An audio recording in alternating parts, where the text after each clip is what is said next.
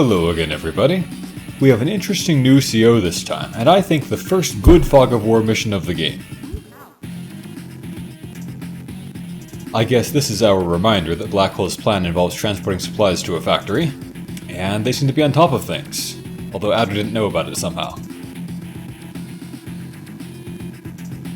Cartoonish villainy, nothing to do with his motives here, I don't even know.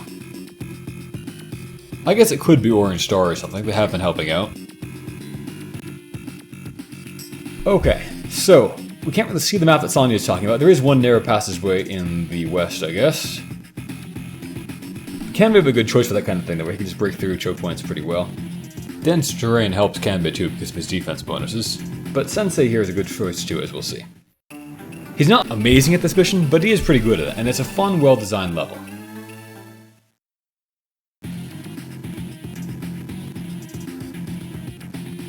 So you're the black hole. Is that like a translation problem or something, maybe? I always wondered what Advance Wars 1 Clone Andy was trying to say when he said, "Maelstrom come, all who oppose me destroy." Adder is wearing literal heels if you look at his full portrait. High heels actually started off as men's medieval fashion. There were even laws in some places limiting how high you could wear them based on your social class. So Sensei goes rambling on about something which is supposedly very important, but is actually irrelevant in this chapter. There are a few places where joining together units to get free funding can help, but it almost never will in this one. In fact, I talked about it before. Darned right, Adder, you have a good point, it's totally irrelevant. I have no idea why Sensei talks as though this is the be-all end-all of his strategy, and not understanding it means you can't prevail against him. It's one minor thing in his bag of tricks. This 10-day thing doesn't actually matter, there's no difference if you win or lose in 10 days. It'd be cool if there was a different quote if you won within 10 or something. I think Sensei's music theme is the best of the 3 yellow comma ones. I don't really like Kanbei's or Sonya's, really. Let's look at his stats. He's a very unusual CO. He's top tier in multiplayer from what I've heard, although I don't really play any multiplayer, so I don't really know about that. I think I understand why he would be, though. One of the things which I love about Advance Wars 2 is how distinct from each other all the COs are in this game. They have all kinds of different perks and bonuses, whereas the later games in the series made them all very samey, I thought. So Sensei is really specialized. He has only 3 good units, basically. His infantry and mechs have plus 40% attack power, though, which is insanely good. Better than Sammy, even. Like Sammy, pretty much all his melee vehicles and planes and ships are bad. But he's even more limited than Sammy, actually. At least her indirects are good. His are not. Basically all his units take a penalty. Again, very similarly to Sammy, he gets a very potent movement speed bonus to all of his transports. Quite handy. And then he has an absolutely enormous bonus, plus 50% to his firepower with battlecopters. It's the biggest bonus anybody in the game has. That's pretty sweet. Super specialized, but super big bonuses on 3 units.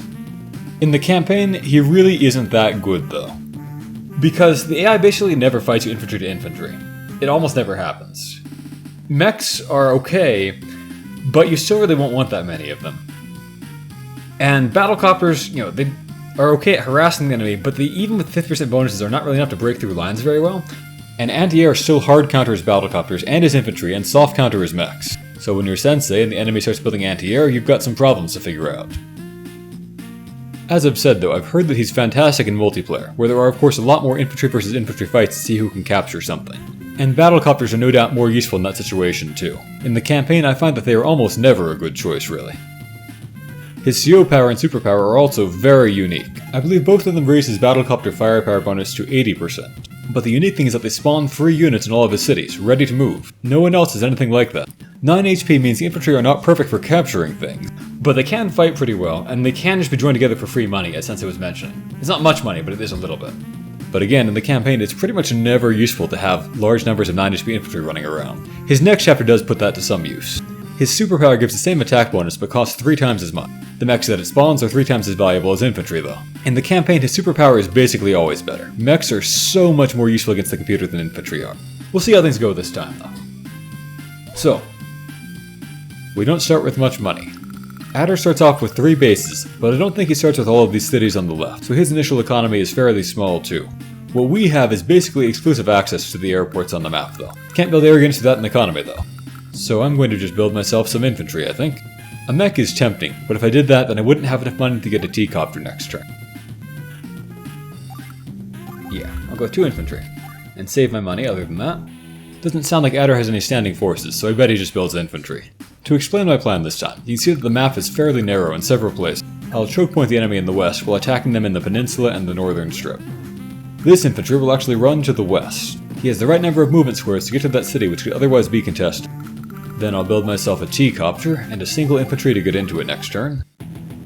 I'll use these guys to claim that central base as fast as I can. Being able to deploy vehicles there will be quite useful for taking over the top of the map. So, might as well save fuel by not driving as far. I'll just drop off there, that's good enough. And run over there. Now the way my strategy will become unusual is that instead of transporting more units to the middle immediately, I think I'll use my T-copter to rush another guy to the western strip instead. Normally you have to fight a slow, grinding ground battle in the west, but my hope is to set up a wall that he doesn't know how to attack properly and just block him easily. We'll see how it goes. So I will walk west, I will fly my T-copter down there, so I can efficiently use it. Do the expected captures, more or less. Make sure to go for the base in the middle before the airport. The airport may be tempting, but getting the base first will let you deploy more infantry there. And I think I'll end my turn there. Save the rest of my funds. I can hear him moving, but I don't know what exactly or where. Alright, so we'll do the obvious capture. It occurs to me, if his infantry are in the lead in the west, then I can just block them off with my infantry, instead of needing to use a mech for the job. I'm going to gamble on that, I think. I'm going to just drop off an infantry over here, and we'll see how it goes. I'm trying something new here this time. And I think I'm going to build myself a second T-copter here, actually, so I can get more mechs over to the center faster. Mainly I think this will be useful for taking over Adder's bases later on. It's extremely handy to be able to fly up to one base and drop a mech onto the other. I don't want to build B-copters yet, both because I don't think they'll be that useful, and because that will encourage them to build anti-airs, which will wreck the units that I do depend on. I'll try advancing my infantry. It might be a trap, we'll see. Yep, he's there already. So he gets the first shot, but that won't matter because I'm 40% stronger than he is. And I don't think the AI will be smart enough to pull his infantry back and bring a tank up instead. I'm pondering what the most efficient use of my T-copter is to get guys over to the center. I think I'm going to build myself a recon next, actually. I need more vision in the middle. That's going to be important. It'll help me spot his anti-airs before they kill my helicopters and planes. I'll drop this guy off in the woods, just in case not knowing that it's there influences the AI.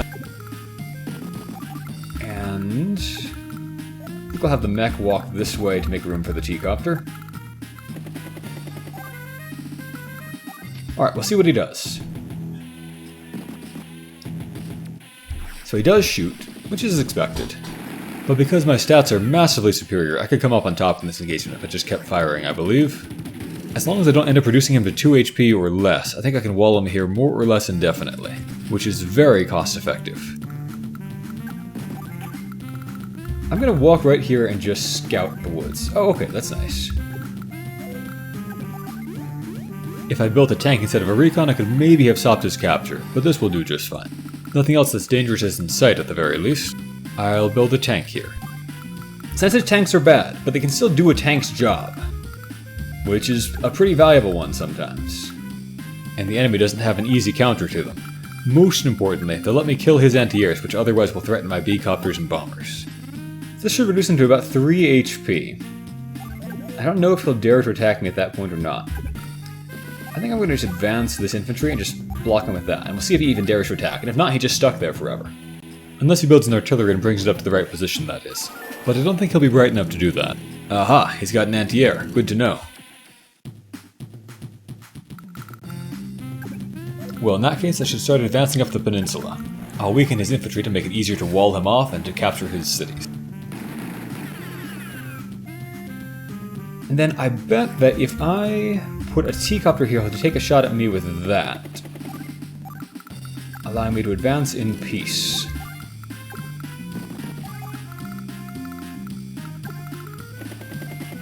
I have no further use for infantry in the south, so I'll direct this guy back to the middle. Adder could give me a nasty surprise by pulling his infantry back, but I don't think he's going to do that. You know, I made a suboptimal move there with my mechs and infantry. Could have arranged them more efficiently. I think I'm going to save my money for a bomber next. Sensei's bombers are nothing special, but bombers are fantastic, and even average ones are better than Sensei's copters against anti-air unit. And I suppose I can just leave the 6 HP guy here. No sense of wasting money healing him up. If I use my CO power, maybe I can join somebody onto him and get a little bit of money that way. Alright, we'll see if he's smart enough to back his infantry out of there. Not this turn, at least. Well, that's great. In that case, I'm going to use this recon and some other unit to kill off his infantry, thereby making way for my tank to drive forward and get a good shot from the city at his anti-air. I don't really care about the scratch damage on the recon. It can still see just as far after all, which is its main job. So now I need to back that T-copter out of there to make room. I will build myself a bomber as promised. I don't really have a plan for the T-copter right now. I'll just fly it out of the way somewhere. Now, he could have one trick up his sleeve. It might be that he has an artillery or something like that ready in one of the woods that could fire on my tank after it attacks his anti-air. If that happens, then I do lose that tank pretty much. But I think I would have seen that coming with my recon. I dealt some basically free damage to that anti-air, and now next turn my bomber can finish it off if I want to. It was really not very efficient of me to use my mech to capture it and my infantry to fight. I could have been more optimal with my placement of transports and infantry and whatnot in the middle here, but it'll be okay, I think. Oops, because of Fog of War I burnt some fuel there unnecessarily. That will be okay too, I think. I have the funds to build myself another mech. Is that worthwhile? I'm thinking no. I think I want to save my money for things like tanks, bombers, and maybe battlecopters. Mechs are too slow, and you can deploy them around fast with transport copters, but it still leaves them vulnerable for a turn where they're dropped. I really wish I had a good way to view what he has over on the western front. If I could do that, I could maybe drop a guy off behind his lines and start capturing things or something like that. The inability to scout his western bases is one thing I think could be better about this mission. Now, do I want to shoot his anti-air or not? If I shoot it, he'll probably replace it. Otherwise, he might be content and just think, well, I've got an anti-air, I'm covered. Who needs more than one anti-air? But if I do shoot it, then that gives me a chance to take that next city and keep advancing. So I think I'm going to have to reluctantly go for that. Now, there's not much chance that he has anything super dangerous concealed in those forests. But just in case, I'll move the recon up forward, so it's the most obvious target if he does have something lying in wait. That also leaves the tank free to attack if it does spot something useful. Does he dare attack me if I go for the capture now? Usually the AI would do that, but I think I would still capture in the same number of turns as if I just walked up and shot him and then started capturing anyway.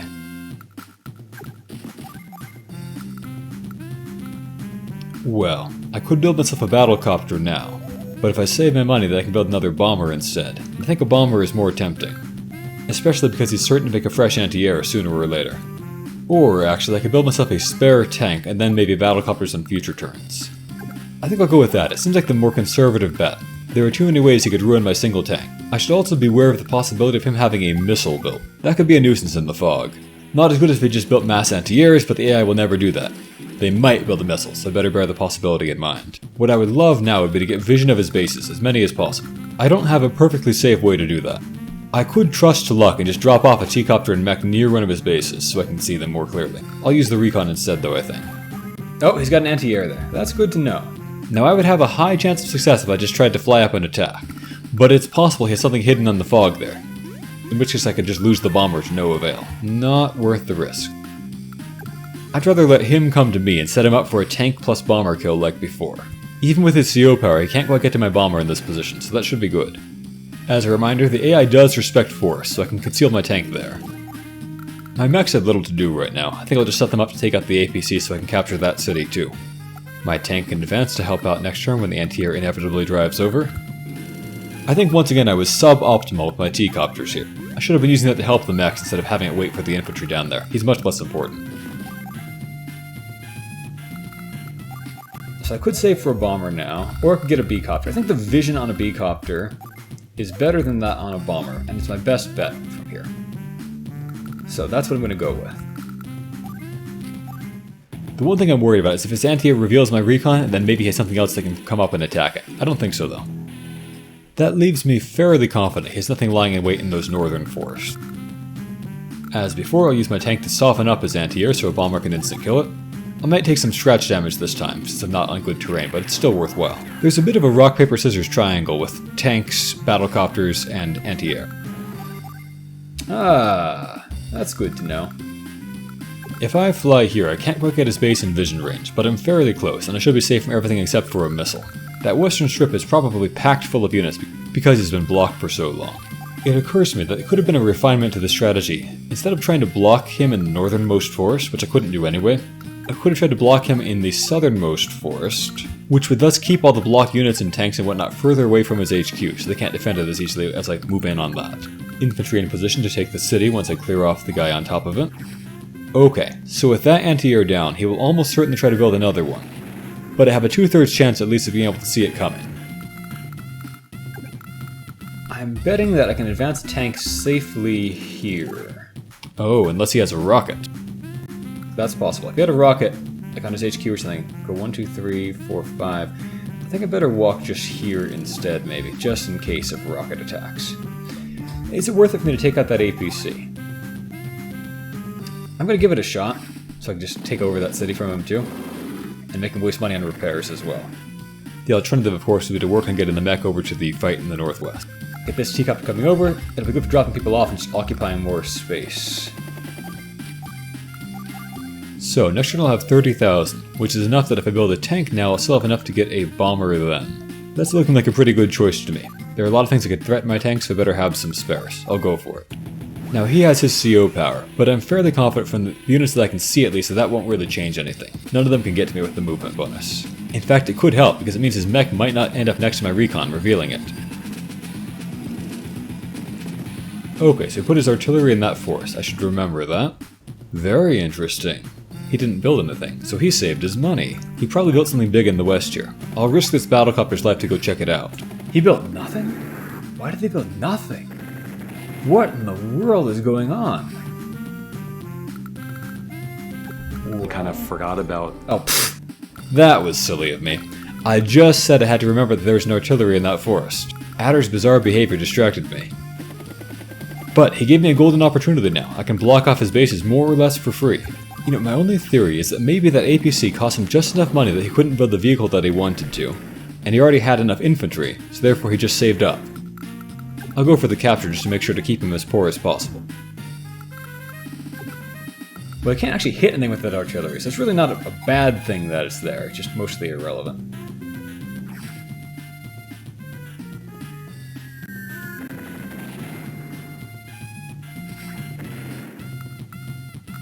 Well, this forest is now safe to advance into. He can probably attack my infantry with something, but we'll see. And if not, yeah, then he's in deep trouble. I'm pondering whether it's worth getting my tank shot by artillery to move it onto the base. I think not. And another bomber, I think, would be in order. We know that he doesn't have the counters to it ready, and when he sees them, we now will spot them for sure. Can't really safely drop, unfortunately. Alright, I think we're in good shape. You can see I've almost taken no damage this mission, so I'm still just like 1 star into my CO power. Oh, he does have a rocket. It's on his HQ, I can tell from the background. Interesting. So he probably can clear me off that factory and build something, unfortunately. But maybe not. Maybe he's out of position. Oh, he felt the need to replace that APC for some reason. Fascinating. Well, I want to get vision of his HQ. That's going to be very valuable at this point. And then I want to be able to take that rocket down. So, I know that he's got no anti-airspace. They would have been firing by now. If I drive up here,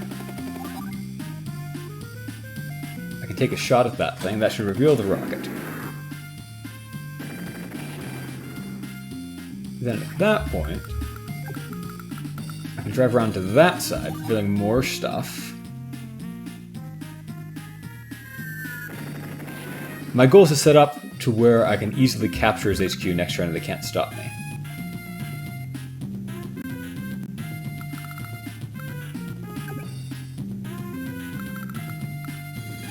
I might as well use the bomber in this guy. There aren't any other really more important targets I can think of. Artillery are a major threat to HQ captures. This other one is further south. That should take him out of commission more or less. Now, if I can use the normally weak recon to finish off the rocket, that would be fairly efficient. No, not guaranteed. Not going to risk it. We're going to do it like this. That force is empty. That's good to know. I know he has that one other artillery, of course. Unless it's in the forest or out of range of the HQ, dropping onto this mountain would safely reveal that. There we go. So he is in range of the HQ, but just barely. so I will need to take it out before I begin the HQ capture, but I've got some time in the meantime to mop up all the northern units. I wonder if he'll be dumb enough to replace this APC again. Down it goes. Might as well capture that city while I'm thinking about it. I think I want even more vision, and I'm willing to risk my recon being shot to get it. So he does have a tank, which this turn can shoot the recon, or next turn could threaten the HQ. I'll need to bear that in mind and block it off or kill it. This is fun, an actually fair vision puzzle in Fog of War. I like it quite a lot. Good mission. I'll put some more scratch damage in this artillery so that if he wants to attack my tank, he can't do as much damage. So his tank can attack my tank, and I can't do a lot about that, but I can at least block this spot off so he can't occupy it himself. That also prevents him from focus firing any one of my units with 2 attackers. And in the meantime, I will just keep advancing. The mech is running low on ammo. As I'm sure you noticed, mechs only get 3 shots. If I just shoot that guy, I bet there are high odds he'll feel forced to replace his mech with another mech instead of something more useful. He could try to advance his tank now, but I don't really care about that. He'll just get ambushed again. Have I lost any units? No units lost so far, so I don't even really need to use my CO power to generate more guys. Adder's Sideslip adding that flat +1 movement bonus is really a boon to people like infantry or mechs with a small base movement to begin with. So I put some scratch damage in my tank, but that tank has done a very good job. It's taken out 2 anti-airs already, basically. Definitely a good choice to build it. Okay, so my southern trick didn't work. He was able to pull back his tank from the south and bring it up to where it's a problem. I think I have enough guys to take him out without too much trouble, though. Uh-oh, I might take a casualty here. What do you know, I survived. I think that's about average luck, depending on exactly what HP my recon was at. Oh, he really loves his APCs, huh? That's really interesting, because I think he only has 4 total infantry-type units, and the AI usually likes to have 5 from what I heard. Well, I'll take a shot at that tank. I just need to put enough damage on it that neither it nor anything else is capable of interrupting my mech capture. I'd like to know whether he has anything in that forest or not. Let me check. Then I'll know how many spaces I have to fire in his tank from. Nope, it's unoccupied. Fantastic. So in that case, I think I want to bomb his artillery next. It's kind of a natural next target. I am really curious whether he has a 5th infantry/mech deployed somewhere. I'm going to move the recon, I think, so I can reveal that and check. Well, it's possible there's one in that unknown city. Maybe. Well, moving the recon freed up a space from which to drop bombs on his tank, I think.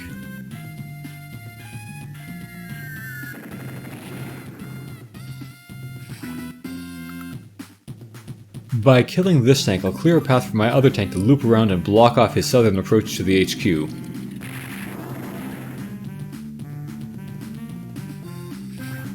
One target down. Now what can I do with this eastern tank? I'm not sure it can reach anything important. And how do I stop that mech from causing problems, or joining in a 2-person kill of one of my tanks and clearing a path that way? The southern mech can't reach the HQ and is thus of no concern to me. If I stand here and shoot from that direction, then I know for a fact that he can't get anything else to the HQ. Though, come to think of it, he might not have had the movement to get any ground unit from that one unseen city up there anyway, no matter what he has hidden there. Well, that mech is blocked, and therefore he is completely helpless to attack my HQ capturer.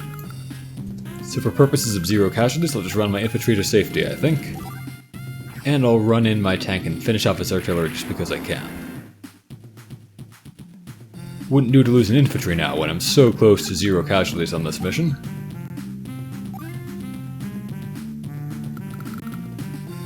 Okay, I should be good to end the turn there, I think. He can run up his mech and attack my tank, but nobody cares about that. Or that tank, but that also doesn't really matter. This is a fun mission. Interesting to tackle it this way. Got to use kind of a mix of tanks, battlecopters, recons, bombers. I had fun trying to figure out what the best combined arms strategy that was there. And it was fun to find out my new strategy of blocking him on the left with just one guy works too. Very cost effective. It does confuse me why he's not building things. He must have a lot of money. In any case, that's a win. So this next conversation is kind of a reference to Super Famicom Wars, I believe. At least from what I've read. See, in the Japanese version, Sensei is actually called Yamamoto instead, which is the name of an Ultra CO in the Super Famicom Wars game, I believe. It sounds like absurdly overpowered, and hence, the story about the guy being unbeatable. And I guess the implication is that Sensei was that guy. Which I guess kind of makes sense, because that guy was kind of an ultra all-rounder, and Kanbei, his student, is now an ultra all-rounder. No idea why in old age Sensei became a paratrooper specialist, but whatever. Everyone fears him now, from what I've heard. But, as I said, I don't think Sensei's actually that good in single player. Kanbei will usually be a better choice for the campaign, or the... There are a few war room maps Sensei can be pretty good for, I guess. Anyway, a very cool mission, even if it didn't really highlight Sensei's abilities that well. Oh hey, I don't think we've seen that background before. Nice.